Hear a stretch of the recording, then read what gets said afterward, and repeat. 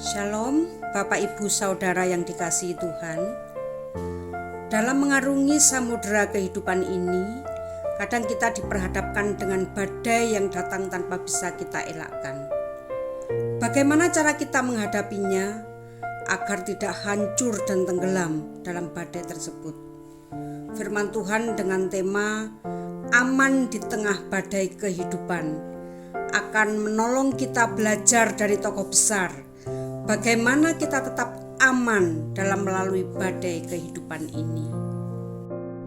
Shalom Bapak Ibu dan saudara-saudara yang diberkati Tuhan.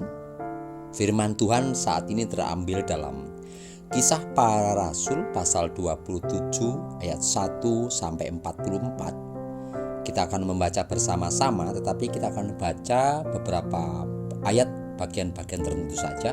Nanti kita boleh baca bersama-sama di rumah masing-masing, memeriksa, meneliti mulai dari ayat 1 sampai 44. Nah, tema firman Tuhan saat ini adalah aman di tengah badai kehidupan. Ada 4 hal yang diajarkan Tuhan dalam Kisah Para Rasul pasal 27 ayat 1 sampai 44, supaya saya dan saudara memiliki kenyamanan, keamanan, ketenangan di tengah-tengah badai kehidupan ini. Ada banyak rupa tentang badai kehidupan yang kita jumpai, baik itu badai ekonomi, badai kesehatan, badai kehidupan berumah tangga, tentang komunikasi, tentang kerjasama antara suami dan istri, tentang hubungan orang tua dan anak, badai dalam pekerjaan dengan segala tantangannya, dengan segala pergumulannya, baik itu dengan rekan kerja, para customer, dengan pimpinan, dengan rekan kerja, ataupun dengan teman-teman yang lain. Badai tidak dapat kita duga, kita deteksi kapan datangnya, kadang-kadang muncul secara tiba-tiba dalam kehidupan saya dan saudara. Itulah badai kehidupan yang terjadi di dalam jalan hidup manusia saat ini. Di tengah-tengah hiruk pikuk dan tantangan begitu banyak, sangat mungkin sekali badai itu tiba-tiba muncul dalam diri saya dan saudara.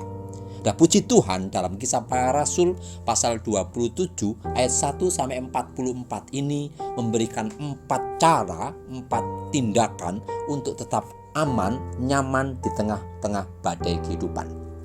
Konteks yang kita baca ini tentang bagaimana Paulus melakukan perjalanan menuju Roma dengan mengendarai kapal, tetapi dalam tengah perjalanannya kapal yang ditumpangi Paulus beserta para prajurit beserta para tahanan yang lain berjumpa dengan badai yang luar biasa, sehingga mereka terombang-ambing kurang lebih 14 hari di tengah lautan. Dan pada endingnya Paulus bersama teman-teman, yaitu para prajurit dan para tahanan yang lain, sampai mengalami kapalnya karam atau kandas. Dan puji nama Tuhan, Paulus bersama para prajurit dan para tahanan yang lain boleh selamat sampai di daratan, terhindar dari kematian karena badai, hempasan karena angin yang besar, atau terhempas ke batu karang, karena Tuhan berjanji, Tuhan menggenapi janjinya kepada Paulus, sehingga Paulus boleh selamat sampai di daratan bersama-sama teman-teman yang lain. Nah, 4 hal itu dilakukan Paulus bersama teman-teman yang lain, sehingga mereka boleh melewati atau aman di tengah-tengah badai yang mereka jumpai saat itu. Apakah 4 hal itu, saudara-saudara? Hal yang pertama yang mesti saya dan saudara miliki adalah sauh stabilitas. Saya mendefinisikan dengan hal itu adalah sauh. Sauh pertama adalah sauh stabilitas. Kisah Para Rasul pasal 27 ayat yang ke-24 berkata demikian. Dan ia berkata, ia adalah malaikat, "Jangan takut Paulus, engkau harus menghadap kaisar. Dan sesungguhnya oleh karunia Allah, maka semua orang yang ada bersama-sama dengan engkau di kapal ini akan selamat karena engkau." Sebab itu ayat 25, "Tabahkanlah hatimu, saudara-saudara, karena aku percaya kepada Allah bahwa semuanya pasti terjadi sama seperti yang dinyatakan kepadaku." Sauh yang pertama adalah sauh stabilitas. Hal yang pertama adalah stabilitas pribadi. Paulus melakukan ini. Paulus menyampaikan stabilitas pribadinya itu terjadi karena Paulus percaya janji dan firman Tuhan yang didengar dari malaikat itu dan disampaikan kepada para prajurit dan para tahanan. Kalian semua jangan takut, aku juga tidak takut, sebab Tuhan telah berfirman kita akan selamat. Hanya tabahkanlah hatimu di tengah-tengah badai ini. Nah, hal yang pertama adalah stabilitas pribadi kita. Bagaimana caranya kita memiliki stabilitas pribadi di tengah-tengah badai kehidupan yang kita alami? Caranya adalah peganglah janji firman Tuhan. Seperti Paulus memegang janji Tuhan melalui malaikat yang menyampaikan firman Tuhan kepada Paulus, Paulus pegang firman Tuhan itu. Paulus klaim firman Tuhan itu pasti akan selamat kita. Paulus sampaikan itu kepada para prajurit dan para tahanan. Nah, seringkali ketika kita menghadapi tantangan dan badai kehidupan, kita berorientasi ke tempat yang lain atau mencari kekuatan yang lain. Janganlah itu terjadi pada diri kita. Tetapi peganglah janji firman Tuhan yang tertulis dalam kitab suci. Klaim bahkan janji-janji Tuhan itu dalam hidup saya dan saudara, sehingga kita tetap stabil dalam berjumpa dengan badai dalam kehidupan ini.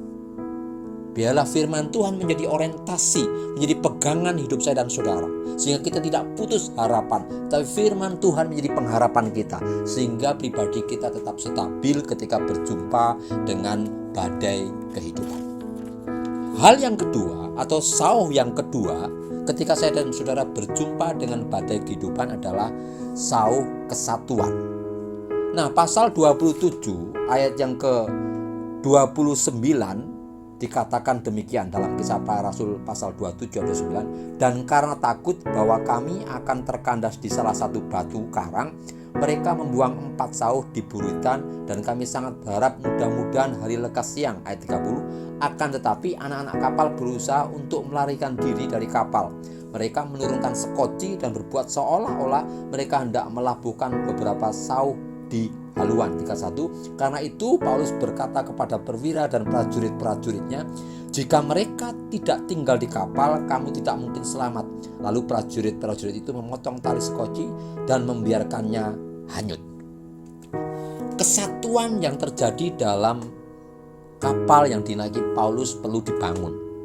Kalau para tahanan itu melarikan diri karena ingin menyelamatkan diri masing-masing karena takut terjadi kandas kapal, maka prajurit pun bisa tidak selamat sebab akan dihukum di Kaisar Romawi. Nah, sauh kesatuan ini dimiliki oleh mereka, baik para tahanan, para prajurit termasuk Paulus. Mereka bersatu tetap menghadapi badai di dalam kapal itu, dan mereka memotong sekoci-sekoci itu sehingga mereka tidak bisa keluar dari kapal itu. Mereka bersama-sama menghadapi badai itu. Nah, sauh yang kedua, sauh kesatuan itu sangat diperlukan buat saya dan saudara ketika berjumpa dengan badai kehidupan. Kesatuan dalam rumah tangga kita, antara suami dan istri, antara anak dan orang tua, antara keluarga yang kita cintai, keluarga besar kita, orang-orang yang mencintai kita, orang yang mendukung kita, itu perlu kita bangun bersama-sama ketika saya dan saudara berjumpa dengan badai kehidupan. Sebab dengan kesatuan itu kita mendapatkan kekuatan, kita mendapatkan penghiburan, kita mendapatkan teguran, kita mendapatkan dukungan doa dari mereka yang bersama-sama dengan kita. Seperti Paulus dengan para prajurit, dengan para tahanan yang ikut bersama-sama di dalam kapal itu, mereka tetap bersatu menghadapi badai yang mereka jumpai itu. Hendaknya kita bersama-sama tetap memiliki sauh kesatuan itu. Hal kesatuan bersama-sama antara diri kita dan keluarga kita, antara saudara-saudara kita di dalam berjumpa dengan badai kehidupan itu. Sauh yang ketiga atau hal yang ketiga ketika saya dan saudara berjumpa dengan badai kehidupan itu adalah sauh pembaharuan. Kisah Para Rasul pasal 27 ayat 33 sampai 36 itu mengkisahkan bagaimana Paulus mengajak para prajurit dan para tahanan untuk bersama-sama makan. Dan sebelum makan, mereka diajak Paulus untuk bersyukur dan berdoa.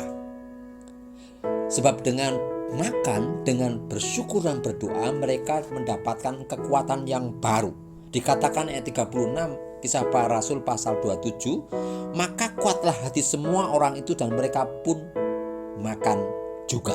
Setelah mereka berdoa, bersyukur, mereka kuat kerohanian mereka. Setelah 14 hari mereka terombang-ambing tidak makan, mereka fokus dengan badai itu, mereka dikuatkan melalui doa dan syukur yang dinaikkan Paulus. Kemudian mereka makan bersama-sama, semakin kuatlah mereka. Nah, sau yang ketiga, sau pembaharuan, itu dibutuhkan ketika saya dan saudara berjumpa dengan badai kehidupan. Nah, dari mana sau pembaharuan itu kita dapatkan? Seperti Paulus dapatkan, demikian juga saya dan saudara dapatkan. Kita mendapatkan sau pembaharuan atau hal pembaharuan ketika berjumpa dengan badai kehidupan itu dengan berdoa, dengan bersyukur dan makan yang sehat.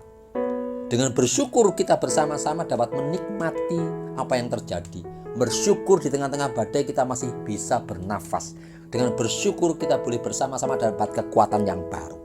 Terlebih ditambah dengan berdoa.